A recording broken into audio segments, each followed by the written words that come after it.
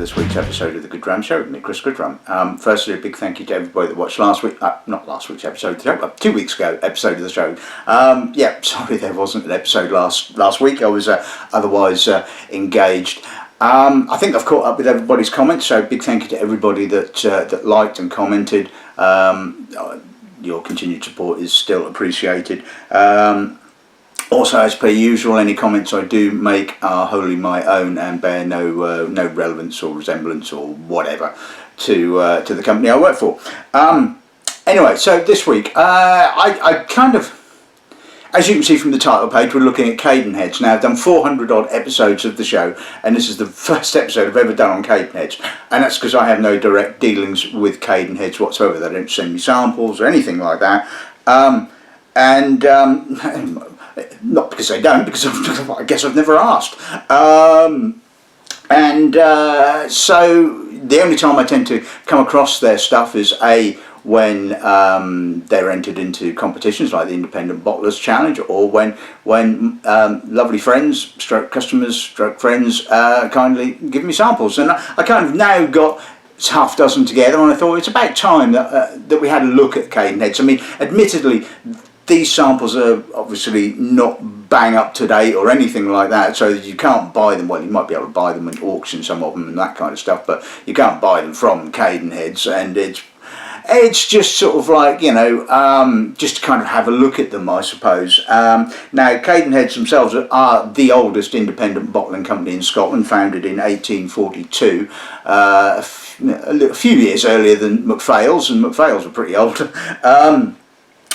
Since 1972, obviously, they've been owned by J.A. Mitchell and Company, who obviously, as you well know, owns Springbank. So there's an obvious symbiotic relationship between the two, as most of you will know. So I don't really need to sort of tell you an awful lot about them per se, because, you know, they have a website, you can look up the information, all that kind of stuff. It seems to me that these days they have 4 ranges. They might have a few others. I mean, they've obviously got this hand bottled thingy, which I think is probably from the shop itself, but they appear to have the authentic collection, which is that's been knocking around for years now.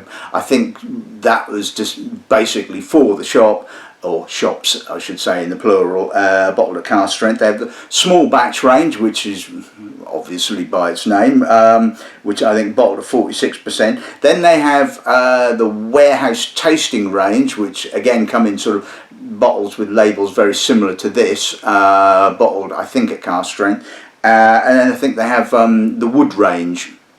So it looks fairly straightforward. There's probably a few other odds and sods that they do, and having a look at what's currently available from them, there's quite an intriguing range of stuff. You know, it's the standard stuff you would expect to find from an independent bottler, but there's some interesting other things as well. So certainly, although I couldn't tell you how good or not those particular bottlings were, certainly looks like it's worth checking out, and certainly the prices look fairly reasonable for what they are. So, but anyway, we're going to have a look at a few bottlings today, and because I fancied doing it, to be honest with you. And like I said, it's been 400 odd episodes of the show, and I think I might squeeze the occasional Cadenheads bottling in somewhere along the lines, but I've never done an actual full episode of the show on them. So I think it's about time I did so. So let's have a look at today's range.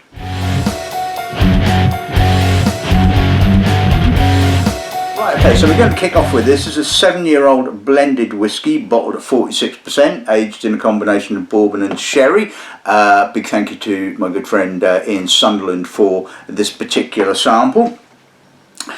Second bottle I'm going to be looking at is a small batch bottling. This is an 11-year-old Macduff, distilled in 2006, bottled in April of 2018, single bourbon hoggy, and I think it was Sachin that kindly gave me the sample. Thought I'd enjoy tasting a Macduff. Oh, you're so witty. Third sample we're looking at is the Virtual Open Day 2020 bottling. This was an 18-year-old Speyside. It was bottled at 52.3%.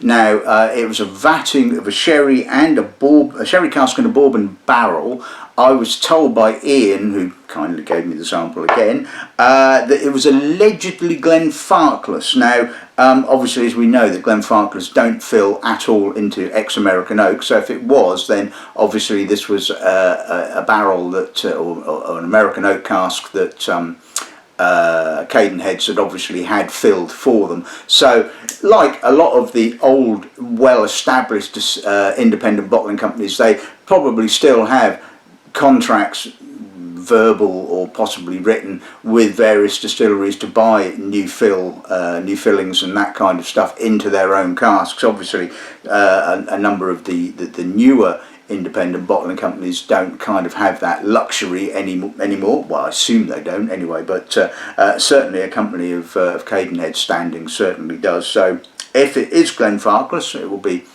interesting.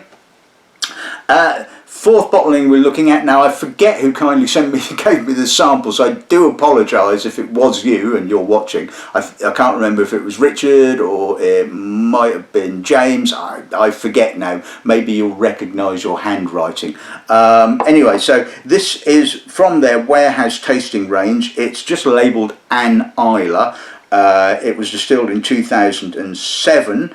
And it's 10 years old, bottled at 58.5%. Now, certainly whoever kind of gave me the sample told me that this was a Lagavulin, or had been told it was Lagavulin. Certainly I've seen it for sale on an auction site, and again it was stated as Lagavulin, although it doesn't actually say so on the label. But anyway, so it will just be interesting to see what it's like, and if it is Lagavulin, you don't see them very often, certainly not independent bottlings. This particular sample is quite an old one, and it was obviously entered into the Independent Bottlers Challenge back in 2012. It is from the Authentic Collection. It's a 13-year-old Longrow, distilled in 1998 and bottled in April of 2012 at 55%. And carrying on the Longrow theme, again another sample kindly given to me by Ian.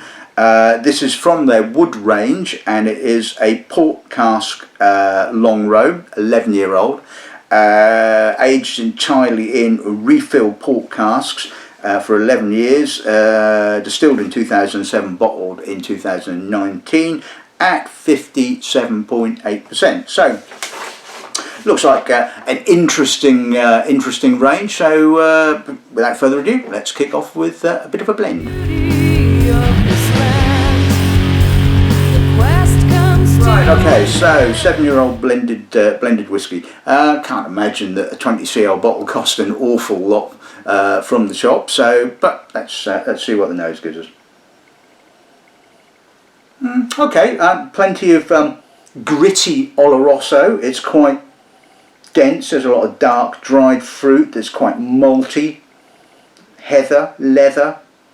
There is a sort of, it kind of reminds me a little bit of Campbelltown. It actually kind of reminds me a little bit more of Glen Scotia, a little bit more maltier and slightly darker. But that could be just down to the sherry casks. There's a little bit of vanilla, a little bit of earth, bit of citrus. I mean, it's pleasant. I mean, it's, you know, it feels like there is a little bit more mature spirit just in the base of this. I wouldn't have said it's much older than 7, but it certainly feels a little more evolved than what you would expect a 7-year-old spirit to be. So, pleasant blend, you know. Not gonna, like I say, it's not super complex, but like I said, it's probably not very expensive. So let's see what the parts like.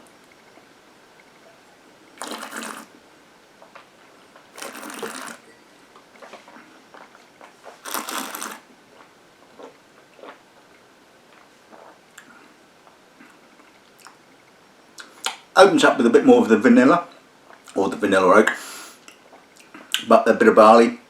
In comes the dried fruit, the sherry wood spices. It's a bit hot on the finish, it has to be said. It's a bit short, a bit hot, but it's got a lovely spiciness to it. It's got a certain kick to it, and I suppose the alcohol is kind of enhancing that. I love the label, by the way. I love the handwritten label. I'm a bit of a sucker for those kind of things, it has to be said.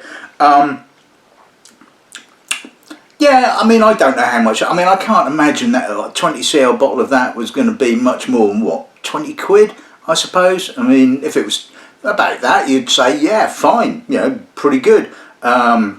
Enjoyable. Don't really have to sort of think too hard about it. Like I said, it's a bit spirity on the finish. It's a bit, I wouldn't say it was rough. It's spirity because it's very young, or the younger component is kind of pushing through, certainly on the finish, and which is often what you tend to find with very young whiskies. They just don't tend to have the length, and this certainly it doesn't really have to have that. But like I said, it's pleasant. If it was, like I said, if it was sort of under 20 quid, you really couldn't argue.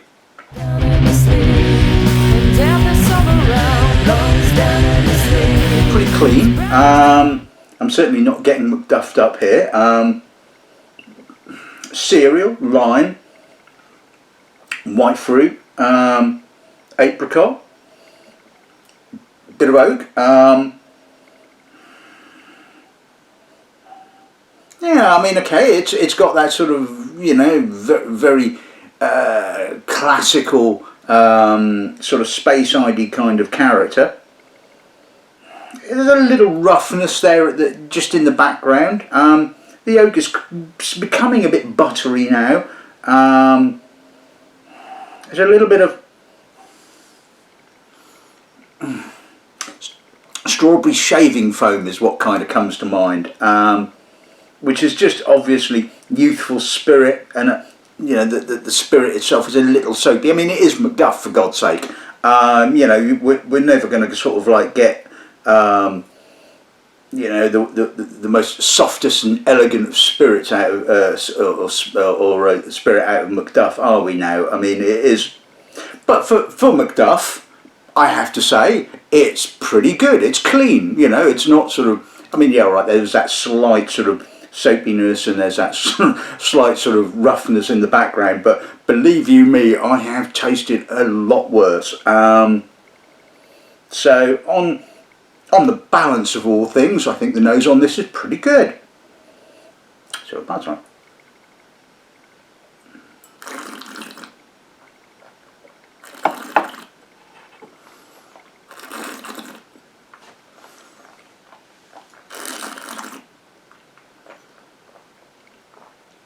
Quite a lot of oak on the palate, quite creamy to start off with, a little bit of citrus, a little bit of green fruit kind of coming through. It's quite oily, quite weighty, apricot, barley. It's again pretty clean. Don't get so much of a, right, there's a little bit of a sort of, it's a bit, again, a bit short. It's got some nice spice notes on the finish. Although there is a little bit of an industrial note as well. Like I said, you know, you're never going to get away entirely from the distillery character.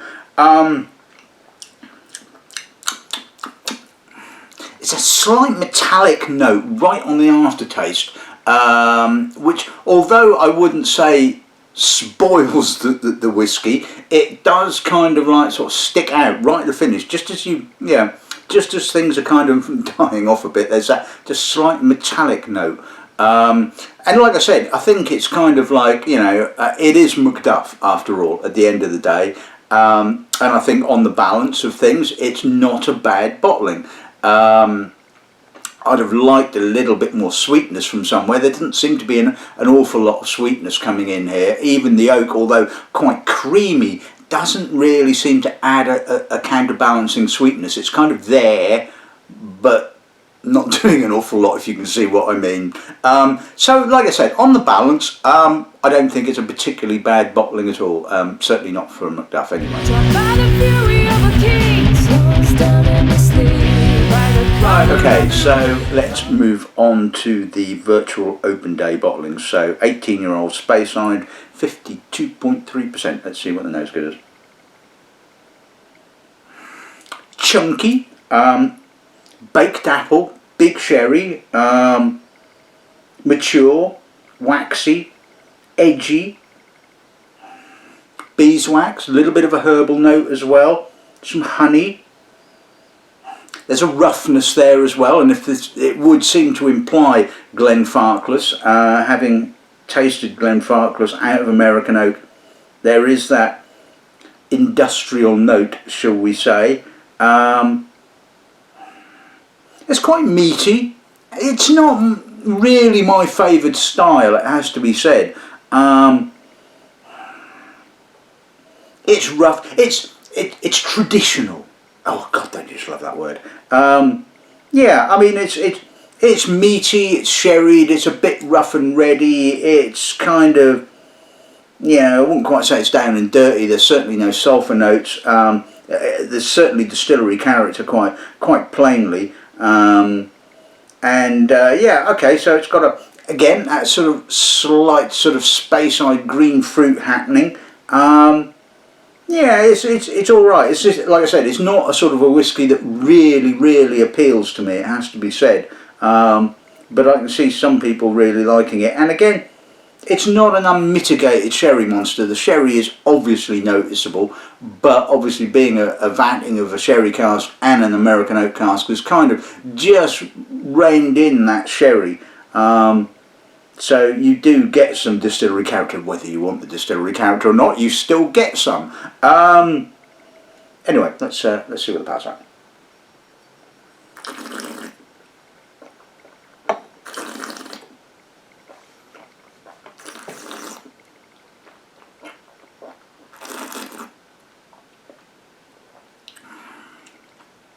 It's a bit raw, gritty, oily to start off with. It's got more of a sort of a cognac-esque kind of dried fruit feeling. Malty, savoury, a bit rough. Again, there's that industrial barley character on the mid palate and on the finish. It feels like it's just kind of like creaking a little bit. It's a little bit raw. It's a little bit, you know, you would expect at 18 it to be sort of a lot more sort of, not necessarily elegant, but just a little bit more together, and it's just not really quite together. Yes, there is that maturity, there's that dried cognac-y kind of fruit, but it's kind of a little disjointed, certainly on the mid palate and through onto the finish. I don't think it's the greatest bottling in the world, and to be bluntly honest with you, even though it's a style I'm not particularly keen on, and maybe you could argue that I'm probably being overly critical, I wouldn't have bottled this as an open day bottling, as for some kind of festival or an event or something like that. I really don't think the quality, and I don't know what it retailed for, but I certainly don't think the quality was there to match, you know, an event. You know, it's like, okay, other people may well disagree with me, and that's fair comment. You know, I've got no problem with that. But to me, I wouldn't have put my name to that at all. But then, you know, I'm a fussy bugger.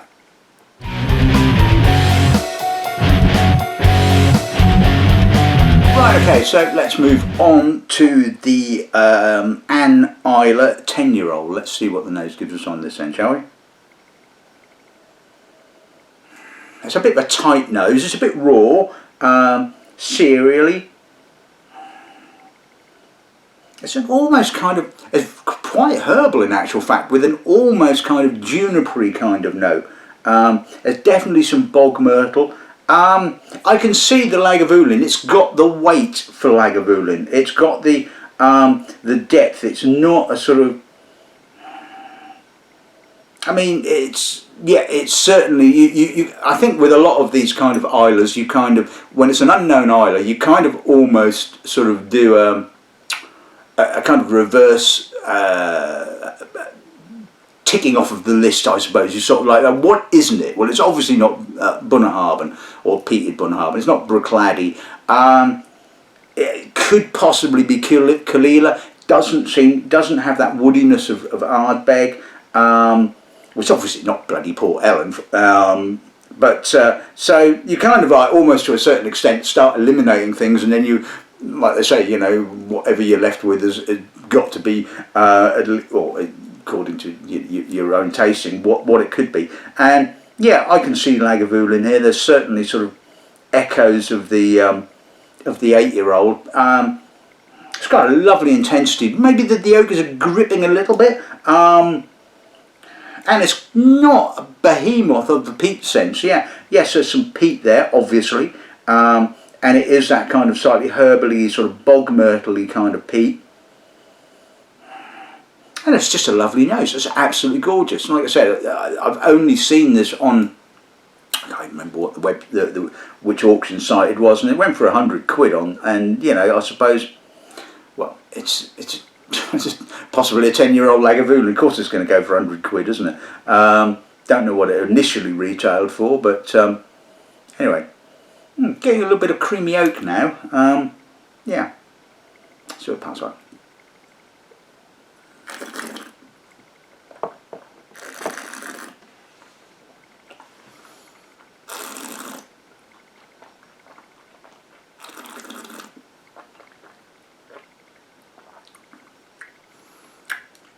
Lovely intensity on the mid palate. It's a bit raw and a bit cereally to start off with, but there's a bit of softness counterbalancing that.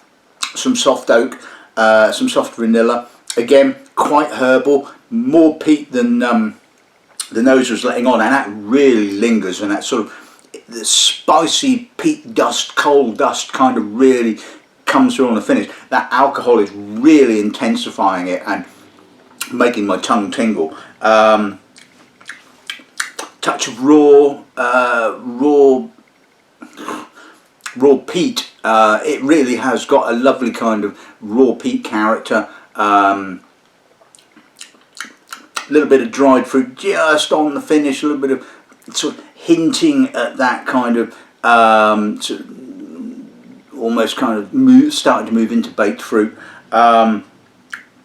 It's a lovely balance. It's got a balance between a little bit of maturity and youthfulness, intensity, rawness, and you know, that's just a whole load of fun at the end of the day, and damn good.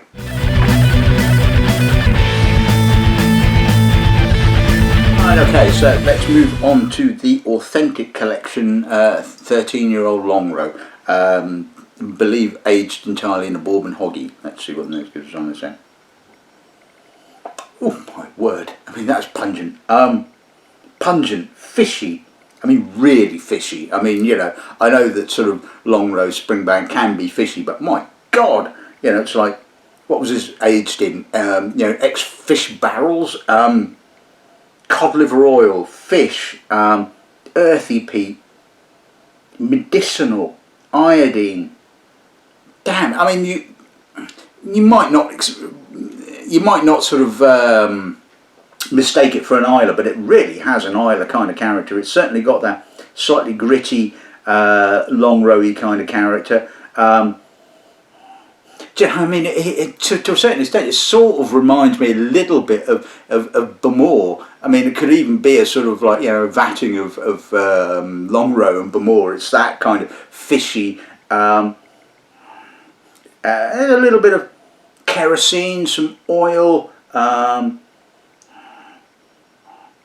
nascent Parma violet, possibly. Maybe I'm imagining it. Maybe it's that kind of whole Bamor thing is kind of starting to sort of cloud. Well, I wouldn't cloud my judgment, but maybe I'm starting to sort of look for those kind of things, and that's always a bit of a dangerous thing, isn't it? When you start to sort of think about what a whiskey is reminding you of, you start to look for those kind of clues, because initially, you know, it's a gut reaction. You know, you taste it or you smell a whiskey and you sort of like go, wow, that reminds me of X, Y, and Z. And then you start looking for those kind of things, and often, if you're certainly doing it blind, you kind of like end up, more often than not, end up a blind alley. But God, that's intense. I mean, that is stunningly good. I mean, that's a lovely Longrow. See what the parts are.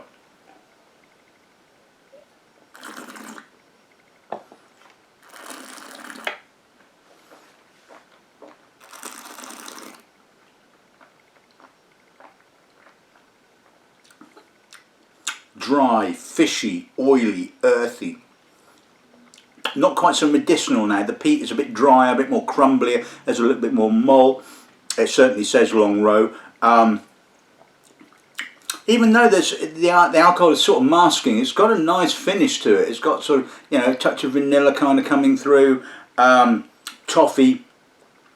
Salt, obviously, plenty of salt in actual fact. I'm going to put a little drop of water with it just to see what that does to it. But I love that intensity. I love that sort of real salty, sort of mouth drying, intense finish. But it'll just be interesting to see what a drop of water does. A little bit more vanilla now, a little bit more fishy. It's still got an alcohol prickle, a little bit more white fruit, a little bit less peat, not say quite noticeable, but still quite herbal, still quite almost medicinal. So that's right.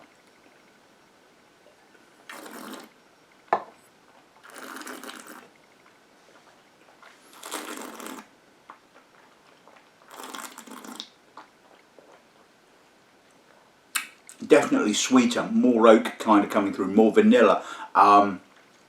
Lovely layering to it. The peat is still pretty noticeable. It hasn't completely disappeared. And again, maybe not quite so medicinal, more dusty, more earthy, more loamy. Still fishy, still really salty. And that salt kind of really dries the finish out. I mean, it's got a good length, but you can really feel that salt almost kind of like sort of, you know, it's almost kind of encrusting the tongue, you know, it's that salty. Again, there's a little bit of, or again, Parma violets possibly. You know, maybe it's kind of, again, I've got this more fixation in my head, which I know it isn't, obviously. And there's just these sort of like markers that ping up every now and again that sort of, you know, throw you off course. But anyway, as a bottling in itself, it's stunning, absolutely stunningly good, it has to be said. And, well, you would expect Cadenheads to bottle a bloody good Longrow, wouldn't you?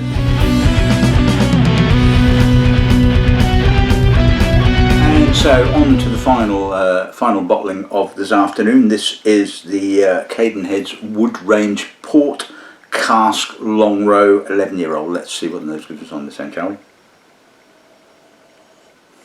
It's quite a subtle nose by Longrow standards. I mean, yes, it's tarry, it's peaty, there's some nice sweet black fruits, bit of stewed berried fruit, a bit of oak, a bit of vanilla, but it's just kind of a bit subtle.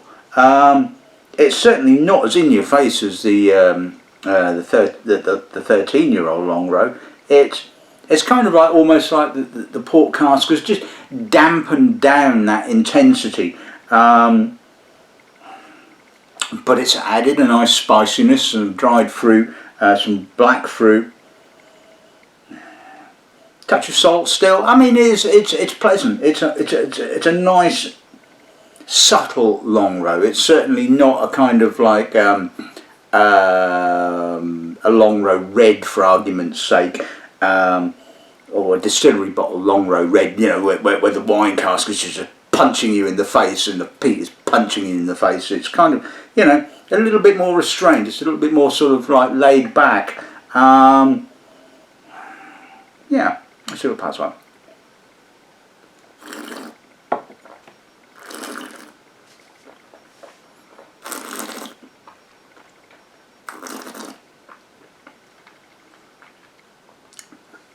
Full, smoky.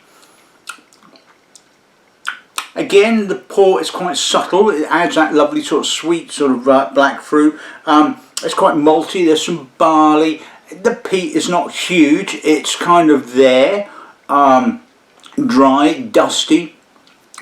Getting some almost kind of apricot skin, fruit skin. Definitely fruit skin. Maybe peach skin almost. It's got that furriness on the finish, which is probably a bit of tannin as well. Well, probably more likely the tannin, which is kind of like giving me that kind of feeling. So a little bit of a minerality, a little bit of sort of black pepper.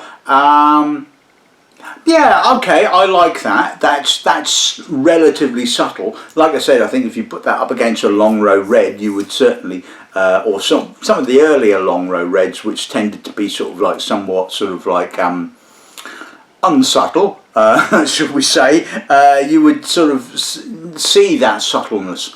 And yeah, it's a nice one. It's one to kind of ponder, and yeah, that was not too bad. Shall we find right, okay, so let's sum today's episode of the show. Firstly, a big thank you to everybody that kindly gave me samples, whether I remember who it was or not. Believe you me, I really appreciate it. And like I keep saying, if you have a whiskey that you would like me to review, or whiskies in the plural, I'm more than happy to do so. Whether it's kind of like I'll do them all together, or put them in with other bottlings, I don't honestly know. But anyway, yeah. Like I said, all donations are kindly received. Anyway, to today's episode of the show. Well, you know what, I mean, I think Cadenheads are no different to practically any other independent bottling company. All right, they do seem to have some slightly more unusual stuff in their list at this current moment in time that you normally wouldn't find with other independents. But I think sort of over the years from tasting their stuff, there's been some hits and misses. Pretty much exactly the same as any other bottling company, and yeah, I thought this episode was a lot of fun to do. The 7-year-old blend, perfectly good. I'd be quite happy to drink that if I wanted something that was unchallenging. I just wanted a whiskey to unwind with, or maybe to start off the evening with. I'd be more than happy with that, and you move on to other things. The Macduff, like I said, you're never going to get away from the distillery characteristic. It's certainly cleaner than what Macduff has been in the past, and maybe this is an indicative of what the distillery is trying to do, a bit like Tobermory, for example, which has certainly cleaned up its act. Maybe Macduff is doing likewise, but it's still a style you're going to have to like. The virtual open day bottling, to be bluntly honest with it, disappointing. I mean, really disappointing. Certainly given what it was actually bottled for, I personally wouldn't have bottled that at all. If you were going to bottle it, I wouldn't have bottled it for such a prestigious event. So the thing is, because you bottle it for that event, it kind of like almost magnifies the sort of expectation, shall we say. And yes, all right, it's unusual. Yes, it's possibly Glenfarclas, and yeah, you don't see it that often. Yada yada yada. But really, it wasn't a good enough bottling in its own right. Personally, that's just my personal opinion. The Warehouse Collection and Islay. Yeah, that was a lovely whiskey, and it certainly seemed to say it was a Lagavulin, it has to be said. And if you were fortunate enough to buy a bottle at release rather than on the secondary market, then good luck. Yeah, that was a good whiskey. I have to say that possibly standout whiskey of the afternoon was that Authentic Collection Longrow 13. Stunningly intense. I mean, just everything you want from a Longrow. Just sort of intense peat, salt, and it was just saying, I am Longrow. I am Longrow. Almost like there's a bit of a Black Sabbath going on there, I think. Yeah, so really intense, really good. And if you were one of those sort of people that bought a bottle of that, then hats off to you.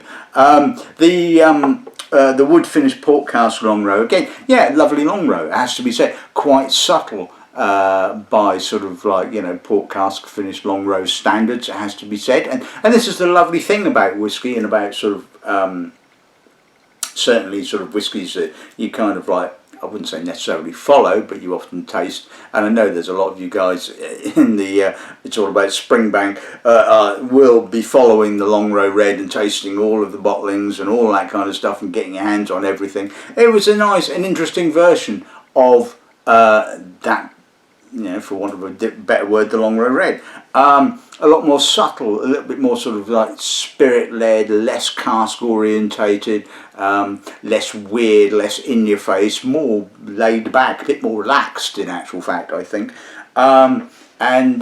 Yeah, just a bit different. So there you go. That's this week's episode of The Show in the Bag. Probably the one and only time I ever do a Cadenheads episode, unless you lovely people kind of like start throwing loads of Cadenhead samples at me, which means I'll have to do another episode of the show. But anyway, yeah, not a bad episode of the show. I really quite enjoyed it, and I hope you guys enjoyed it. It was a whole load of fun as far as I was concerned. So all I can say is until next week, good ramming and good afternoon.